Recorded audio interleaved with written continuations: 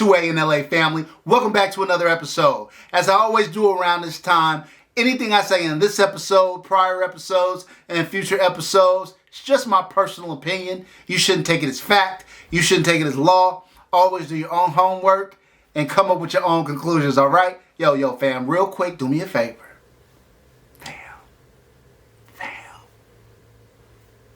Hit the like button.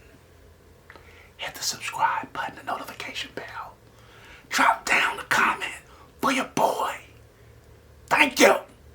All right, let's get this party rolling. Look, before we even get started, I want to wish all of my 2A-N-LA family a very, very Merry Christmas. If you guys are watching this on Christmas Day, first of all, what are you doing watching this on Christmas Day? Go hang out with your family. But if you are tuning in to your boy, you know I appreciate it. And I just want to say, look, family, this is a day we're celebrating together. Yo, I just feel so blessed on Christmas to have my 2A-N-LA family. I feel like you guys really are family. I don't look at you as subscribers or viewers or likes or comments or any of that. I look at you guys as family. We come in here a couple of times every week and touch base. I've gotten to really communicate one-on-one with a lot of you guys, so I appreciate you so much. You are my Christmas gift, so I wanted to give you a little bit of Christmas content. All right, look, fam, check it out.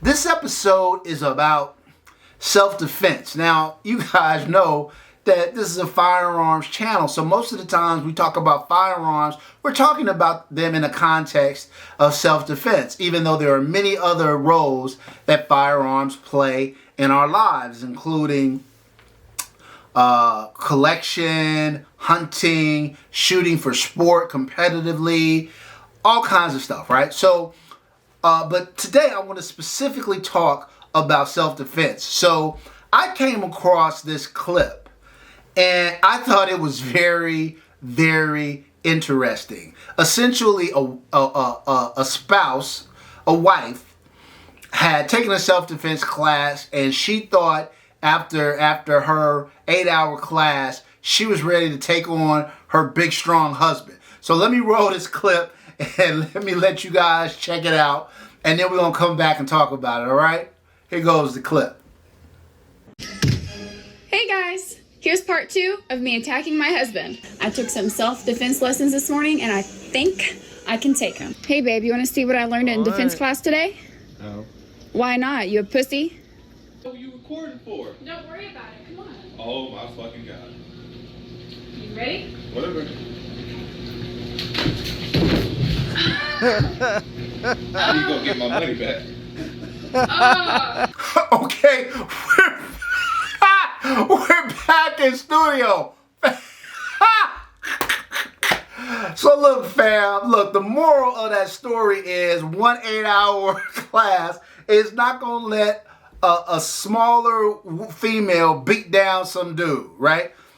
When it comes to the discrepancy, I don't care. And look, I am no chauvinist. Women, and especially in this day and age, are some of the most dynamic people on the planet in terms of what they are capable of. No limits relative to that.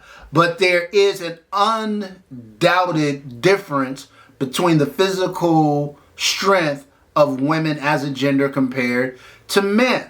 And so I thought that episode was a good example of that.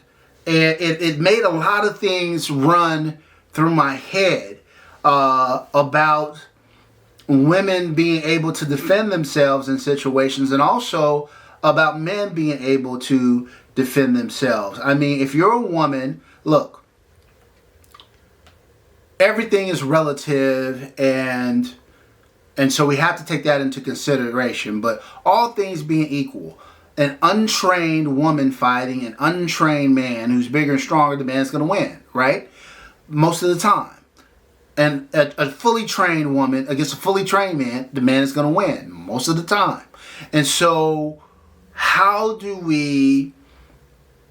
women then counteract that disadvantage? how do they overcome that disadvantage? What are the tools that they can use to do that? And I think, look, taking a self-defense class is fine, but as you saw as evidence in that clip, that in itself is not going to likely allow you to overpower or disable a man in most cases.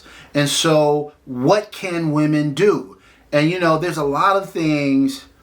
First of all, it starts here. It starts up top. Being aware, right? Always being aware of your surroundings. Always be aware of potential circumstances and trying your best not to put yourself into certain situations. A lot of times, these situations can be avoided if you're sharp here, right? So that's one thing, certainly. But sometimes it's unavoidable, right? And in those instances, what tools, what can you have at your disposal? Look, there's a lot of people are anti-firearms, and so a lot of people, are like, oh, you can carry a knife, you can carry pepper spray, you can carry a taser. Okay, well, here's the thing about the knife and the taser, in my opinion.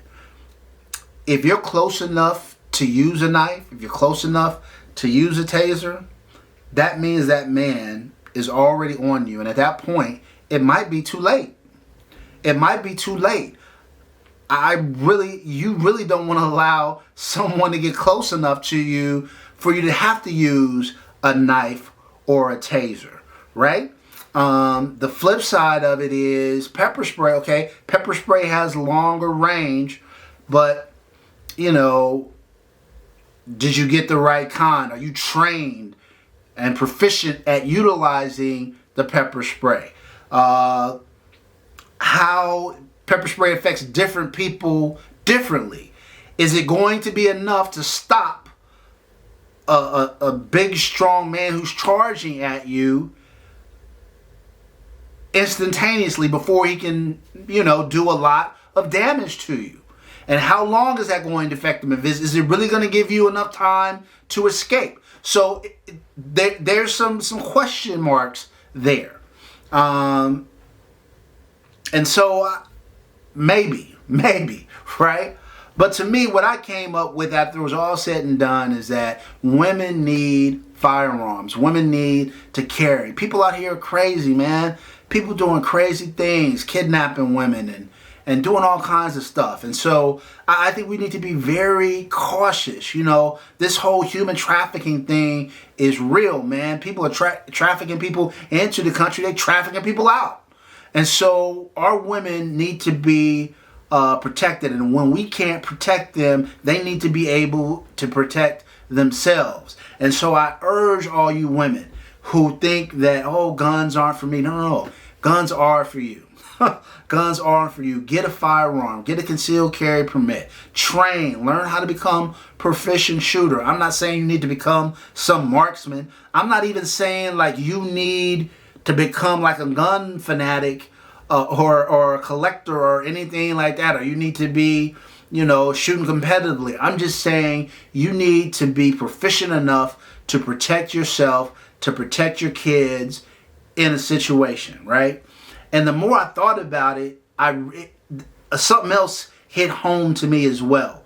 And that is, not only is a firearm the best means for a woman to protect herself, it's also the best means for a man to protect himself. Because all men aren't created equal. If you some 5'2", 160-pound dude going up against some 6'3", 235-pound dude, chances are you're going to get robbed. That's not a fair fight. That's not a situation you want to be in, right? And so that person can cause you great bodily harm. And depending on how they coming at you, whether it's with a knife or a gun or whatever, the equalizer here is your firearm, right? Your firearm. And so men, if it's good for women, it's good for you. I don't care how big, how bad, how strong you are. There's always somebody bigger, always somebody badder, always somebody stronger. And are they coming with intent to really do harm to you, right? If so, man, we need to be protected as well. We need to protect ourselves, our women, our children, our family, our friends, our loved ones. So the message here on Christmas Day, y'all, is really love your loved ones. Take them into your arms. Tell them you love them. Don't be afraid to tell your friends and family that you love them. I know some of us are not vocal about things like that, but on this Christmas Day, I think that's an important message. And we also need to protect our families, all right? And so get yourself a firearm, train with that firearm, become proficient with that firearm so you can take care of you and yours. All right? Merry Christmas, y'all. And see, until next time, peace.